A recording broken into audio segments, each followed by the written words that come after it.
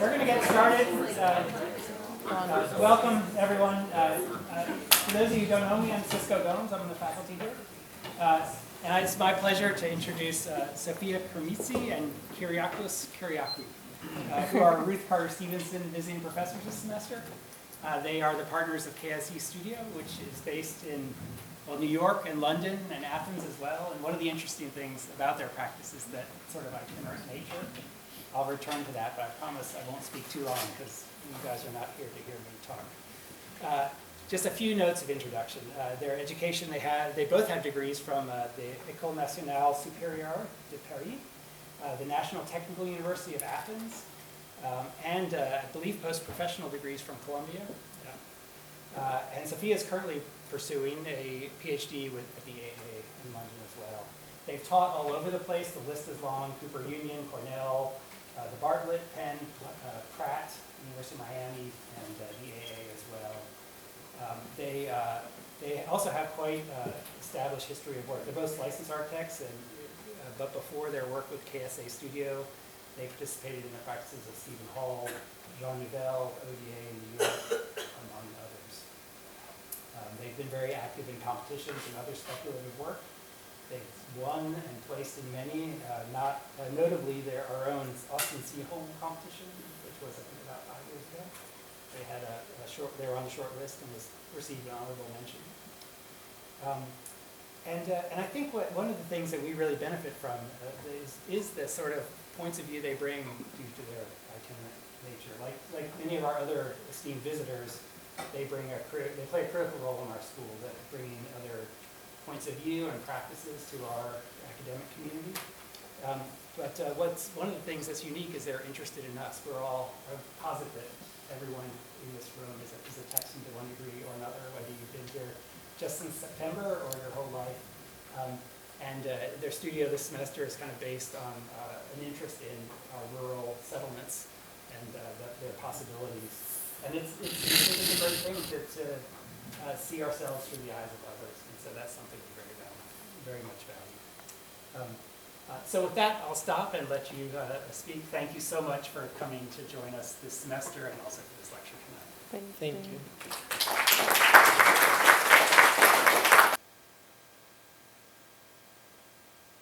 Hello. We're extremely happy to be here in Austin and honored to continue the lineage of UT's Ruth Carter Stevenson visiting professorship. So, wandering around, we will present a selection of our work and research, focusing on the on-the-road approach of both our practice and our research. From Athens to Paris to New York to Philly to London to Texas, always wandering while wandering around. The prefix xe in Greek, means un, expressing the opposition to the normative condition of a fixed architectural practice. The studio explores its multiple locations in order to address different cultures and audiences and experiment with a range of design mediums. We are ksestudio, Sofia Krimizi and Kyriakos Kyriakou. We build, we teach, we research, we travel. Let us start with a guilty reference to Le Corbusier. We promise ourselves never to resort to that publicly, but in this case there is no escaping. We have always been intrigued by this quote from him, where he enumerates his trips as if they were his architectural degrees. Le Corbusier's architectural education consisted of traveling. Speaking, as he did often in the third person, he wrote, "At 19, Le Corbusier sets out for Italy. 1907 Budapest, Vienna, in Paris, February 1907, 1910 Munich, then Berlin. 1911 knapsack on back, Prague, Danube, Serbia, Romania, Bulgaria, Turkey, Constantinople, Asia Minor. 21 days at Mount Athens, Acropolis 6 weeks. Such was Le Corbusier's schools of architecture. It had provided his education, opening doors and windows before him into the future." Even though, unlike Le Corbusier, we did go to architecture school, to several ones actually, we share the belief that our displacements have been the most defining lessons in our careers.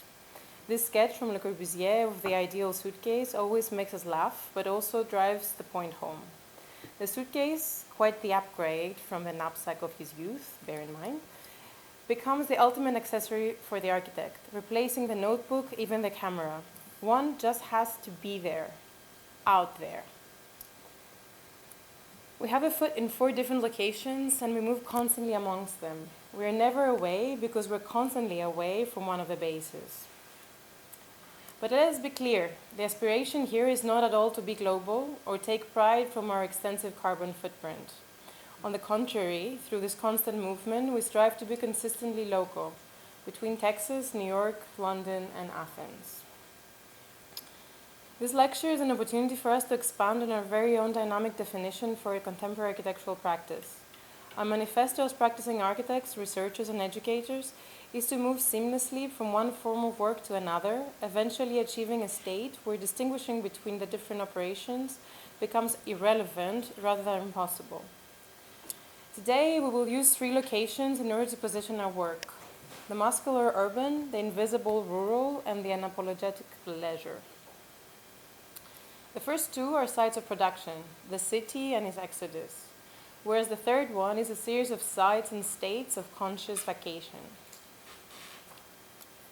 The architectural muscle of the urban we have exercised in different ways. While studying, working, and teaching in New York, we have been curious to unpack the forces that form this particular contemporary city.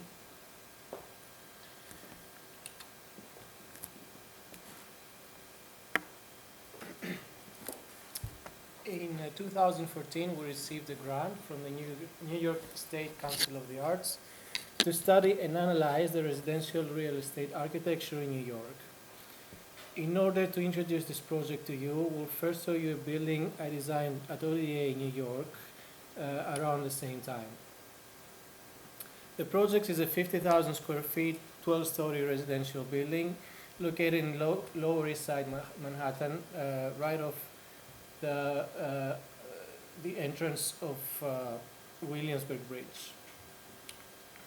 It's a pocket site wrapped by commercial buildings all around the 3 sides of it. By the incorporation of unused air rights that were available above the surrounding buildings, the client was able to maximize the volume of the structure. At the same time, there was a maximum height restriction on the site, which forced us to cantilever above these contributing sites. The result is a building that, even though it's a mid-block, it has the openness and freestanding character of a corner building. The inversion of the typical New York wedding cake building, apart from a very bold formal gesture, becomes a manifestation of maximization of profit. You basically move the floor area up to the top where it's more valuable, and the building produces more revenue. It's a way to measure architecture with dollars. In order to achieve that and push as much floor area towards the top, where it has the most value, we had to create a 3-story atrium at the base of the building, which served as the entrance lobby space. Another premium that the developer had to pay was an extraordinary structural system that works as a stiff cage, repeating every 2 floors, that stabilizes the perimeter of the building and supports the cantilevers. The obsession with the penthouse in New York, the obsession with views and exclusivity, destabilizes the balance between public and private in the city. In New York's completely saturated urban grid, there are new strata that are separating or identifying the areas of activity for different social classes. So as we're experiencing a phenomenon of unprecedented growth and intensity, as population grows and moves to cities, everybody wants to live in an apartment. The penthouse becomes the new American dream. Residential buildings become a branded, prepackaged experience that in many cases tend to replace the city experience. Architecture becomes most of a brand element, and the real estate agent becomes the new star, having the power to identify and, most importantly, determine the common aesthetic. The condominium is a form of automatic architecture driven by the market, bypassing the architect while ignored by the academic research. The goal of this research is to study the latent intelligence and maintains this ecosystem and be critical about the relevance of architecture in our time.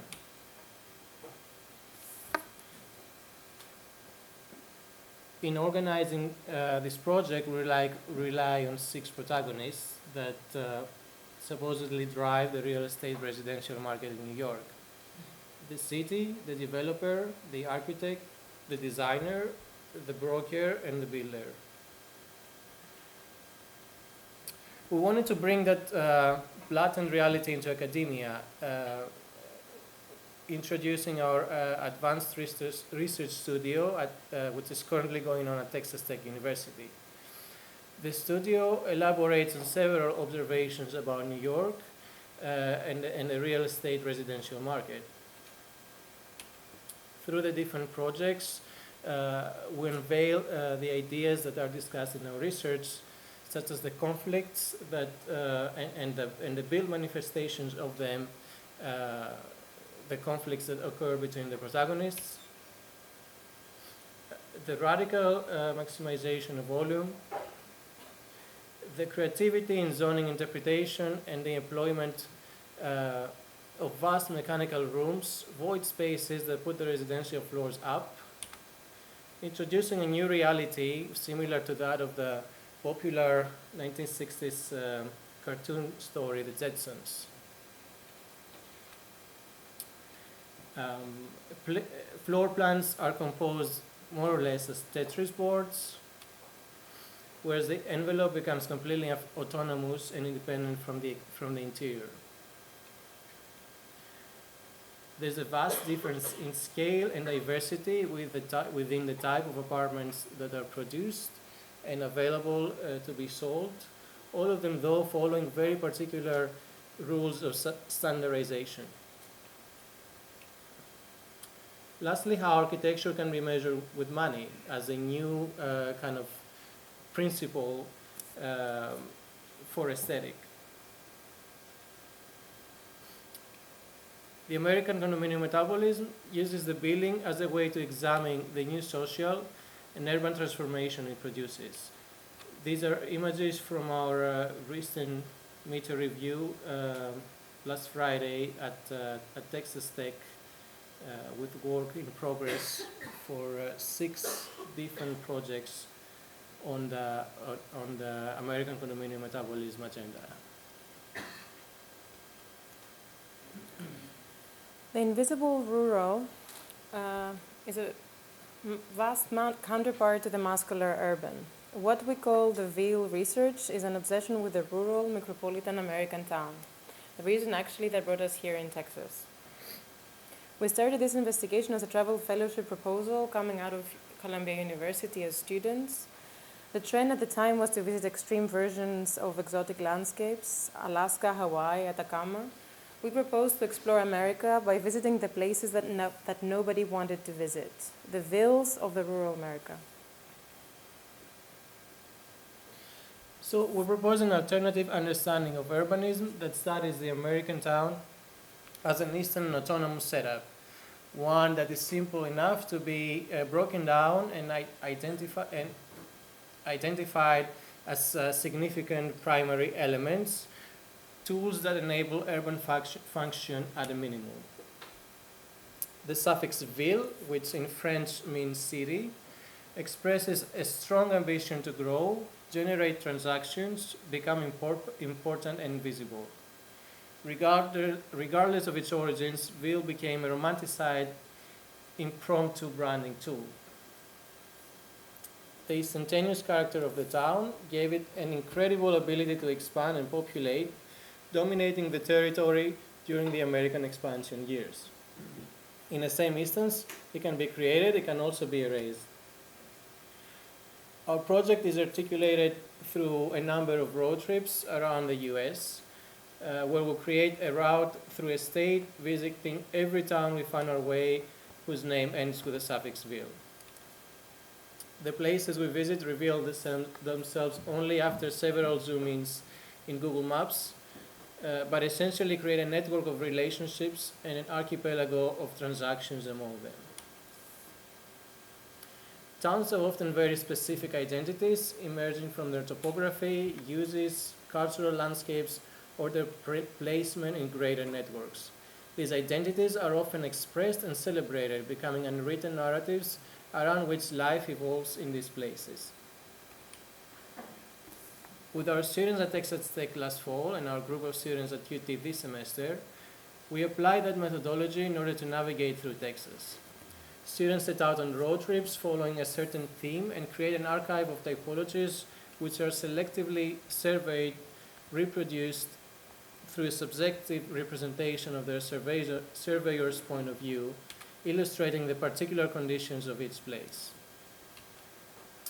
These town identities are further analyzed, elaborating on their connections with national networks, outlets of which are present everywhere. Each trip leads to a speculative narrative that exaggerates, manipulates, or reacts to a town identity. The studio learns to speculate, not by solving problems, but by exploring territories foreign to the discipline.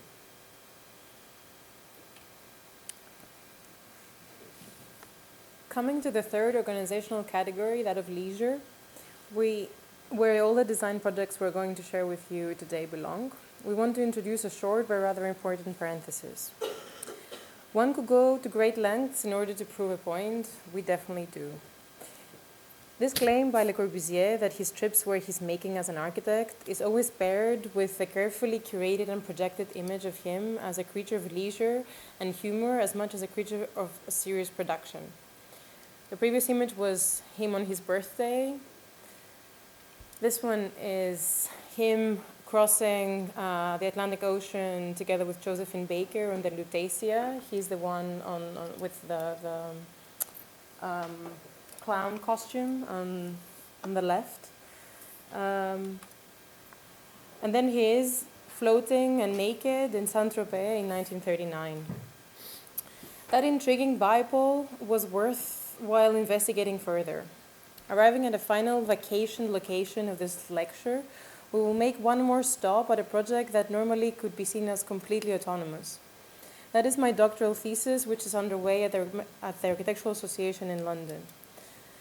The thesis identifies the typologies of the trip and the party as a way to address the issue of architectural education naked. Architectural education takes shape outside its very curriculum. The critical moments in the short history of education have occurred extracurricularly, during or wedged between trips and parties. In other words, when the architectural school consciously disengages from its mandate to teach in some form or fashion the building of buildings. These are all photographs from very, very seriously planned balls from the École des Beaux-Arts in Paris. They went on from the turn of the century up until 1966. Just 2 years before the final closure of the school. So tracing a line between the trips and the parties of the École des Beaux-Arts all the way to the more recent festival and parties of the Architectural Association, I'm making an argument that architectural education is based on an exoskeleton that operates outside its very curriculum.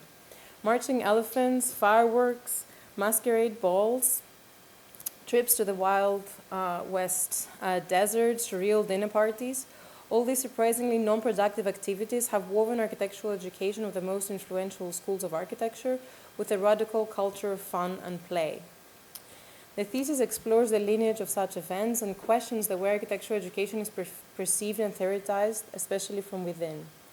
Trips and parties and partying while traveling becomes a registry of unproductive, in the strict sense, events that nonetheless define architectural education to its core. To trace the history of the trip and the party within the School of Architecture is to write an alternative history of education of the architect from the point of view of the event and not of the curriculum. So, unapologetically leisure. Well, this is the category that, if taken literally, as its Latin root reminds us, to be permitted, to be free and unoccupied, is where we can push a post-crisis architectural discipline to experiment, grow radical, witty and playful, while expanding its limits, becoming actually inclusive and programmatically diverse. So, to further a claim of being somewhat local, even here in Austin, we cannot resist the temptation to start our project presentation with our first encounter with Austin about 5 years ago, even though we never visited Austin at the time. This was our proposal for the Seaholm activity competition that took place, I think it was 2014.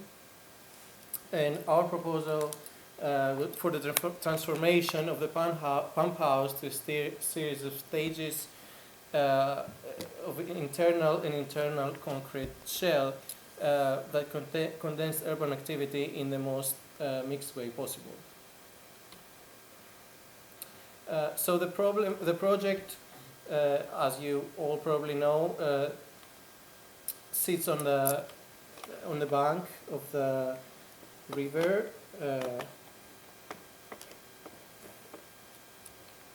and it's basically surrounded by a trail, and it goes the inlet of water towards the power station behind it.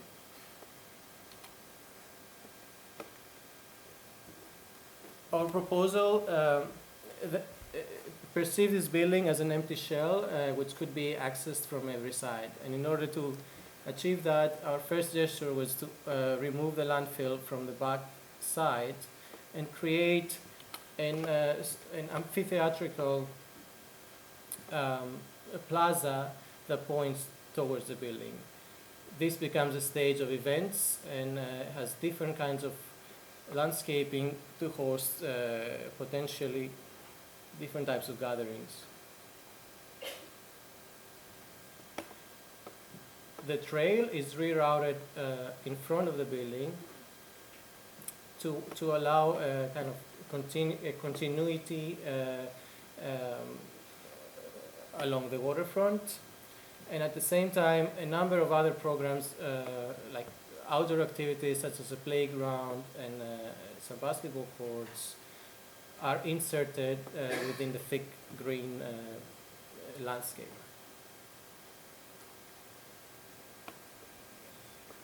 At the front of the building, a moving platform is added, which can perform in several ways, generating different events, from a marketplace to swimming, to a lap pool, to a sort of impromptu marina for small boats and canoes, to moving to the other extreme of the bank and becoming a gathering space for concerts combined with the existing slopes.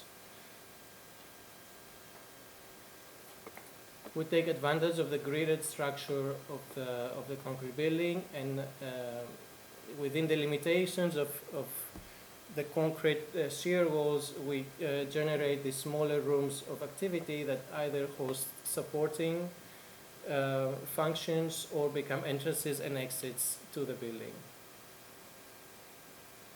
And here is a view of ultimate fun and leisure, where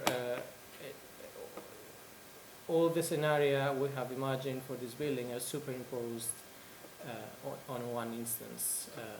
The barge on the right, the active rooms on the left, and a water fountain shooting water directly to the river, connecting with a historical use of the building. This is the plaza at the back with a gradual slope and revealing the currently buried side of the building and producing an opening at the bottom which allows a continuous circulation and a continuity between interior and exterior at the lower level. Of course, this could be an amazing stage for concerts and festivals like South by Southwest, which is currently going on, or a place for more informal, casual gatherings, providing basic services to Austin's citizens, such as bike repairs, coffee shop, a small library, and other. The large room with a double height space and some existing crates could be used for temporary exhibitions, but also other events and gatherings, and of course parties. So, keeping on the theme of leisure, we had the opportunity to design our Athenian office base. And we wanted to embrace the challenge of designing an office space, even if it's our space, through that lens of leisure. The real estate market at that point in Athens was very low, so we were able to acquire that part of kind of like a multi-story building in Athens, which was in a very, very poor condition, even though after a closer look, like all the material that was used, it was actually really good once we have decided to reclaim it. This is the plan, like the black marble is what we found and decided to reveal. Not because we liked it, but because we couldn't afford not to keep it. So we decided to kind of use the markings on the ground in order to show the separation between work and play. So within that field of the different found materials, woods and two different kinds of marble, the building was built in the 70s in Athens. Athenians loved marble at that time. We went in and took away all the walls while inserting a field of objects that were able to activate the different sides of the program. So here you see them kind of all superimposed, and this long moving wall is separating the different rooms and functions. So the two internal elevations, we had to design all the lighting features because the size of the room, taking all the walls down, was such that nothing really fitted right off the shelf. So the idea for the space is that we work around one big table while being there, which can also become a very big table around we come together and eat, or take the table away and throw a big party. While we allow for this wall to separate work and live conditions. Between work and live, there is food, which is the center of the whole place, and it addresses both sides of the equation. And again, in the backside, taking away the walls and introducing this transparent divider that once we want to provide for some privacy, we close the curtain, allows for a much more expansive use of the space.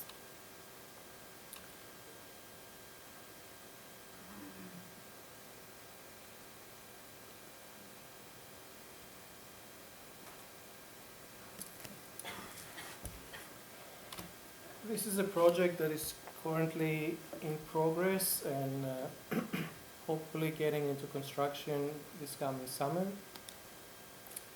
It's a small boutique hotel in the island of Aegina. Aegina is this island here, and it's about an hour from Athens on a ferry. There's a ferry, I think every 1 hour or an hour and a half, so it's actually a very well-connected place. Often becoming, so people would commute on a daily basis, and the island itself would be a very popular weekend destination for Athenians, especially during the summer. It also has an amazing history of an artistic community that the island becoming a popular destination for artists' houses during the 50s and the 70s. So what we're working with is an existing hotel complex which was actually built in several phases between 1960 and 1970. It is very close to the Temple of Apollo, an ancient temple, and that, of course, adds a tremendous significance to the site, as from the temple you can see directly into the hotel and vice versa. The beach right in front here is what used to be the ancient port of Aegina. So somebody that swims there has the ability to trace or experience the traces of the ancient port underwater. The building is, as it sits on a sloping landscape, is built on 3 platforms. So this is the street front with the beach being on the right side. And through a ramp, one can come up into intermediate level where used to be the reception area. And through another ramp, the guests can access the main gathering space, the main courtyard of the hotel. And everything is pretty much level on top of this plateau. The buildings, as a product of their construction in several different eras and without any particular planning, and in some cases without any permit as well, they have this completely unorganized, diverse type of treatment with several finished materials, several claddings superimposed, and a variety of openings without any particular rigor, apart from the decorative arches that were added to it at some point. Of course, it has a remarkable view, and right here is the ancient port, framed by a thick layer of trees. So if we look at the local architecture, there are basically 3 materials that are predominant, and they kind of make themselves visible at different times throughout the last 100 years. The colored stucco, stone, and concrete. Concrete was, and especially in its combination with stone, was a very popular material in the kind of mid-century modernism, Greek modernism, Um, which became kind of this template became our guideline for the way we treat the building in its new form. So the three levels we described earlier, each one is cladded in one material, starting from the heaviest of the stone. The level above is concrete, and the top, the buildings and the rooms are finished in stucco. That's kind of a panoramic view of the future image of the hotel. And it all starts with redesigning and reconstructing this wall as a very bold and impermeable border along the road with minimum openings that allow the entrance to the upper levels. There's some support and entry functions happening down below, and this is the main entry point where one from the street level can go up to the main reception area of the hotel. This has a completely irregular system, a product of additions that happened at different types, but we kind of take advantage of that, creating pocket of spaces in an array of very public center and more private entities on the sides. So here's a reception area. There is a spa on this side with a private swimming pool, and an event space on this area with a commercial kitchen right behind it. The main outdoor space of the hotel is now hosting a pool, and it's basically split in half. Half of it is pool activity, and the rest becomes a plateau around the tree where gatherings and dinners and celebrations would happen.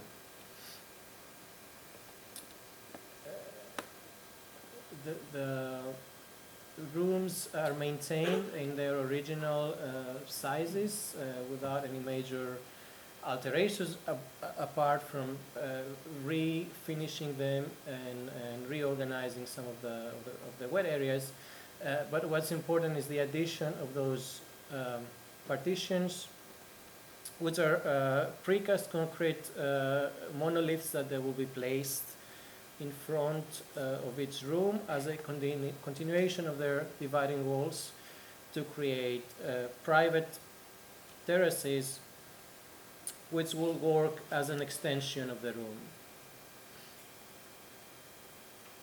The pool itself is also raised as a reference to kind of traditional water tanks that are popular in the island, and also to avoid excavations as we are in a very sensitive area in terms of ancient heritage.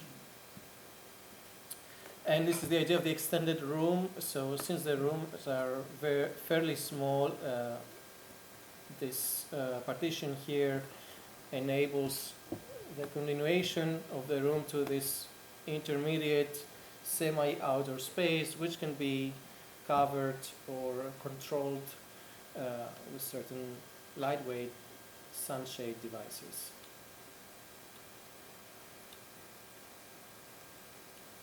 And that's kind of the vision for the experience in the hotel in the future from the streetscape.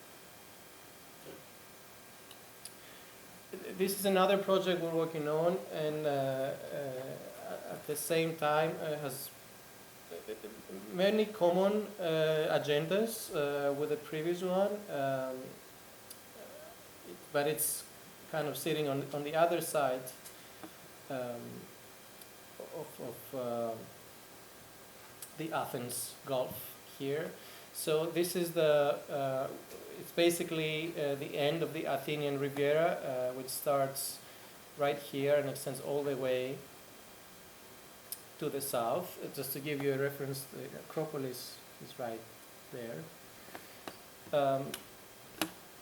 And in this particular location, this whole peninsula is owned and managed by a hotel complex, Aster Palace, which is one of the first, it's actually the first high-end hotel complex that was created in Athens in the early 60s. It all started right here on this beach. The introduction of this building as a kind of entertainment infrastructure for a first version of an organized urban beach in the Athenian Riviera, for a newly founded upper middle class.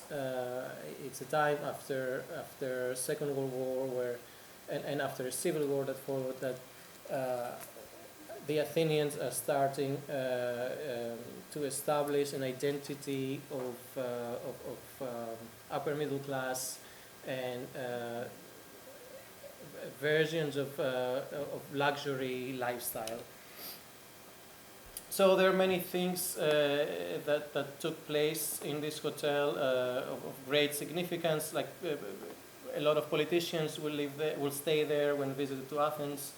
The first water ski school was there, as well as the first beauty contest, and of course all that came with several other high-profile events and celebrations.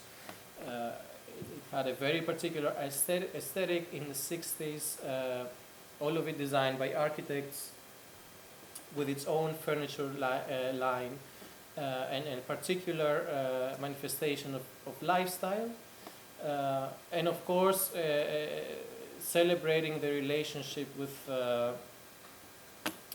ancient structures that are present in that area as well. This is what it looks like now, and you kind of see the temple here and the grid of umbrellas that completely clutter the area, as well as a sort of new high-end type of lounges and restaurants. So our proposal was to redesign, produce a new master plan for this beach, and also renovate the buildings that are existing right here. And basically, our argument was that since we cannot empty it, because that's the kind of financial model they're counting on, let's at least be able to introduce voids within this grid of umbrellas where special things can happen. The buildings behind are reorganized to create a long bar here with a plateau for events right in front of it, a restaurant kitchen that bleeds directly on this platform and also on the sand, and a private spa on this side. So this is the long bar, and this is the main, the central volume of the building with a restaurant kitchen and a private lounge above it, protected by those lightweight curtains that look like sails. So within the landscape of the sand, there was a number of interventions that generated events, gatherings, and a certain competition on their desirability and accessibility by the guests. Each one is available for a different kind of events, which are either very particular or completely interchangeable. That's a view of the long bar as a night event, and the idea is that this beach is basically active 24/7. There's a different crowd that will visit in the morning, a different kind of crowd that will visit in the afternoon, but it remains active also in the evening, switching as to kind of a nightclub. Here are some ideas about adding a cinema screen in front of the umbrellas where somebody can enjoy a movie while enjoying the sunset as well. And a number of more loosely organized structures with hammocks and informal gathering spaces which escape from the kind of very standardized umbrella landscape, as well as a curving jetty extending into the water as a continuation of the main circulation of the beach. This is the kind of rendering that the client wanted, so we added it here to also make a point about the difference in means of representation, but also to give a better kind of idea of what the thing looks like. One more hotel and we're done, but what's interesting about this hotel is that it's a completely speculative one, and it arrived as a project before we embarked in this very active touristscape of Greece right now. It's a proposal that was exhibited at the Venice Biennale 2 biennales ago for a hotel that activated a very remote place on the Greek island of Serifos. The whole proposal was kind of a tongue-in-cheek moment that exemplified the problem of turning an exotic location non-exotic by just being there. So we tried designing around that problem of how we can hide a building that actually wants to be seen within the Aegean landscape. So we came up with this idea of kind of pulling up a perfect square of the topography and putting the rooms all around the periphery of that square. The interior, the blind interior of that building is where all the services go. These are all the rooms that have view outside. They're quite small, almost as if we knew about the project we were going to get eventually. And for example, the bathrooms are pushed out on the balcony, imagining this cave openings as the perfect frame for one to shower in. The cup of this building is a replica of the existing landscape in order to simulate as much continuity as possible, with the exception of the introduction of these 4 stages that host the public life of the hotel. Obviously, this was a provocation. This was a project that was reacting to the awakening from the deep financial crisis Greece had been thrown into 8 years ago. But we feel that it was a great project that allowed us to be able to be much more critical in the way we engage with actual touristic work right now. We exhibited 3 different versions of the project, all modeled in different scales and different materials, revealing the narratives that we projected on the operation. And concluding with this extremely zoomed in model that wanted to show the activated platform within the synthetic and natural landscape of the Greek island. Fun note about this is that all the little guys were gone at the end of the Biennale.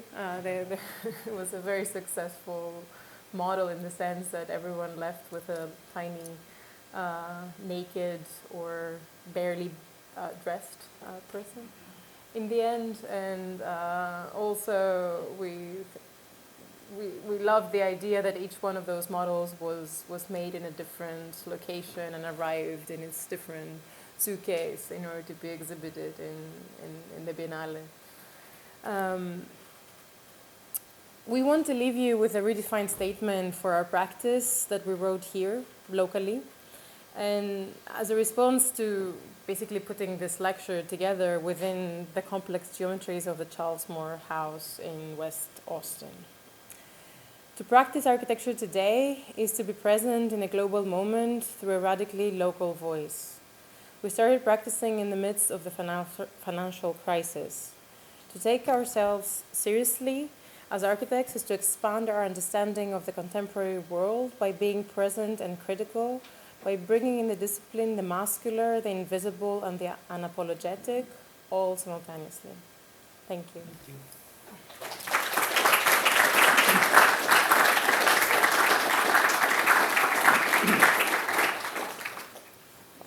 We have a few minutes if you'll take questions. Of course.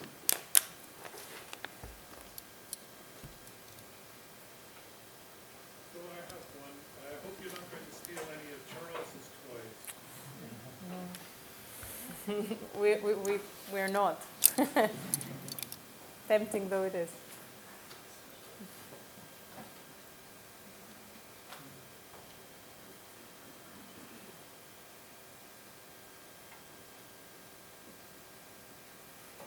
I'll ask one. What do you, the tourism economy and leisure kind of as a part of that? Like, what do you speculate? It's certainly growing worldwide. It seems like a topic of interest. I guess I don't have a question. I just have I wonder about your thoughts relative to the future of that.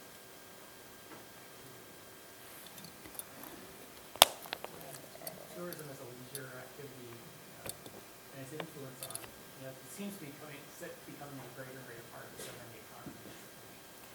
I mean, right now, the only thing that moves the Greek economy is tourism. And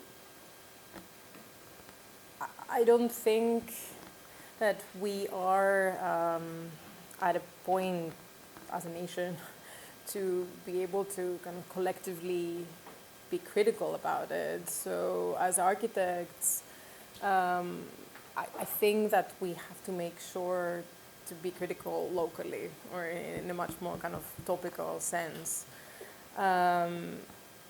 Development will happen, it's happening already. So we are embracing it in order to be critical within that development rather than outside. To the point, actually, I think we didn't include it because it's still, it doesn't have an architectural representation, but we're working with a startup in order to design a line of hotels that has a minimum impact on the territory, not because we're nice, but because we're trying to design around that kind of tourism that wants to be invisible in order to be pleasurable. I don't know if that makes sense. Like, we want to be invisible because that's where the pleasure is, I guess. It's still early stages, but the idea is that we can apply all these experience and intelligence that we have accumulated from real touristic projects from out there and apply it to kind of like quite an alternative way of developing still within the framework of tourism. And there's a very interesting overlap that starts to build up between tourism and living. It's very strongly manifested through Airbnb in Athens, which is a very problematic situation, the way it's, the kind of result it brings socially in the city. But as an idea, I think it has extreme potential. That kind of sharing of living and leisuring and eventual overlap of the two, the kind of simultaneous coexistence. It's a beautiful idea, which I think with the kind of the right control could be extremely successful. And that's something else we're working on at the moment, like a model of partial living, let's say, partial leisuring.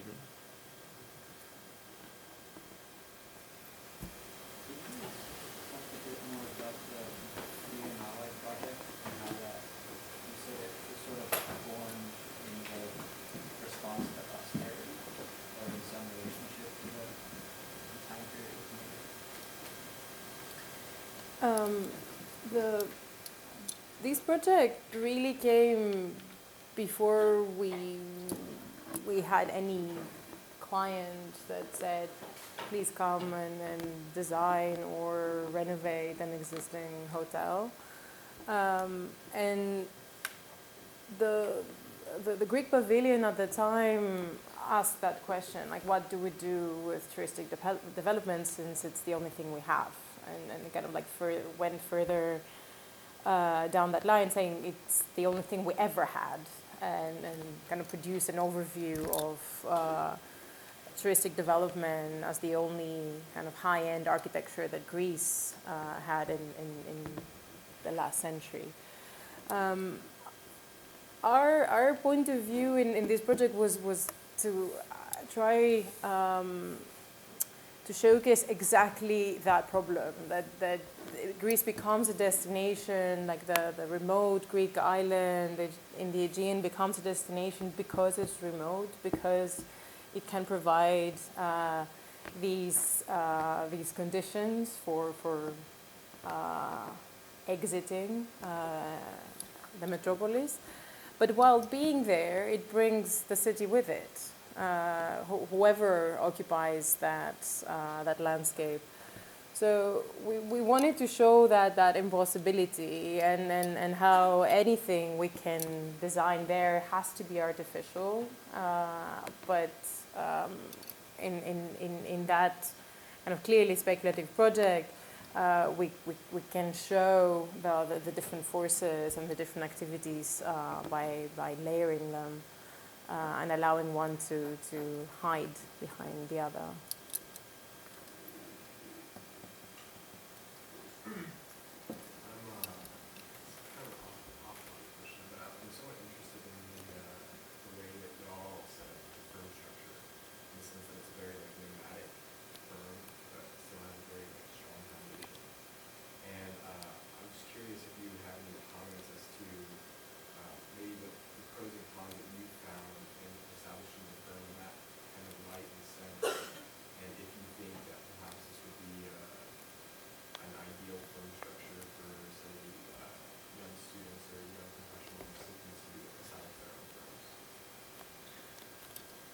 Well, that's something we're also kind of ask ourselves right now. Because as you understand, we're a very young firm, even though we've been working together for a very long time. And that's our advantage, the fact that we know each other that well, that we kind of eliminates many layers of coordination or negotiation between us. So that allows us to be super efficient in the way we make decisions. It of course has disadvantages of not being at the place where the work is happening. As you can imagine, that's a challenge. But we're finding out that when you work with the right people, then distances can almost be eliminated. We're very lucky to have a small team that is completely embracing our attitude towards traveling and constantly moving. They're young and passionate, so they're not afraid to take responsibilities, and that help us significantly in running the office through multiple places. I mean, our real obsession is being local in many places, and that's kind of an impossible question. But at the same time, all the energy we spend traveling is transmitted to creativity, and at the end it kind of balances our absence. We don't claim for that to be a sustainable model, just to put it out there. But we do feel that it is a very contemporary way to start an office. Again, I don't know if it's a successful recipe or not, but it is one that we take pleasure out of embracing. Our kind of latest discussion is that we have to become more local somewhere in order to be able to keep up a productive traveling schedule. Let's put it this way. Yeah. Do you have anybody working out of that office that you show us when you're not there? Yeah. It's really interesting to me that you put a living space in there. I understand that's probably because you're traveling constantly, so it saves on money to have a one-stop shop for your golf home. But do you make any kind of use out of that home space when you're not there? Do you Airbnb that out yourself? Do your employees use it? The plan was for it to be a hotbed, for employees to stay there, for us to stay there. Theoretically, it could be Airbnb'd. We're a little bit too attached to it at this point to Airbnb, but that was the premise, that could eventually happen. And also, there is a version that the whole thing becomes an office when we're all there. So the bed flips and becomes a model table. And there is a version where the whole office is in Texas, for example, so it can all become Airbnb to someone, right? But there is this very interesting itinerary that when before we go to bed, Greece wakes up there, so we kind of catch the beginning of that day. When they're about to leave, we start the day here, and there's this kind of like chasing around the different time zones that occurs. So we kind of get to see through Skype that space really late at night, really early in the morning, if that makes sense. Sofia Krimizi, thank you so much. Thank you. Thank you.